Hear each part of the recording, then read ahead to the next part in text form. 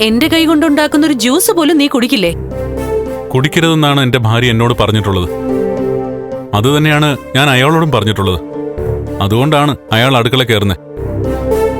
ഇനിയിപ്പോ അയാൾ തിരക്കാണെങ്കിൽ ഞങ്ങൾക്ക് ഫുഡ് ഉണ്ടാക്കി തരാൻ ഒരു ജോലിക്കാരി ചിലപ്പോ ഞാനിവിടെ വെച്ചെന്ന് വരും. എടാ, എന്തിനാടാ ഇങ്ങനെ അവഗണിക്കുന്നേ? അവഗണിക്കാൻ മാത്രം ഒരുപാട് സംഭവങ്ങൾ ഉണ്ടായതുകൊണ്ട്. എടാ, നിന്റെ ഭാര്യയ്ക്കൊപ്പം സന്തോഷത്തോടെയും പ്രതീക്ഷയോടെയും കൂടിയാ വേറൊരു പെങ്കൊച്ച് ഇങ്ങോട്ട് കയറി വന്നത്. എന്നിട്ട് അവളിപ്പോ അവളുടെ വീട്ടിലാ.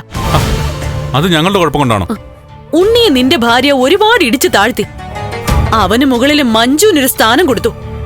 ദേ, അത് ഇതുവരെ സത്യം പറഞ്ഞാ കരുണമോൾ അറിഞ്ഞിട്ടില്ല.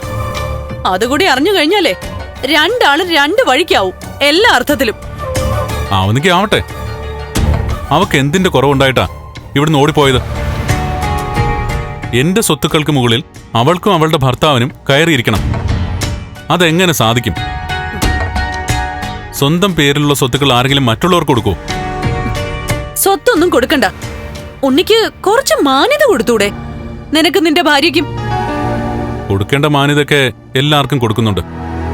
അതിൽ തൃപ്തരല്ലെങ്കിൽ നിങ്ങൾക്കൊക്കെ തോന്നുന്ന പോലെ ചെയ്യാം. എല്ലാവരുടെയും സ്വഭാവം എനിക്ക് മനസ്സിലായി കഴിഞ്ഞു. പക്ഷേ അത് ശരിക്കും മനസ്സിലാക്കാൻ ഞാനൊരു കല്യാണം കഴിക്കേണ്ടി വന്നു എന്ന് മാത്രം.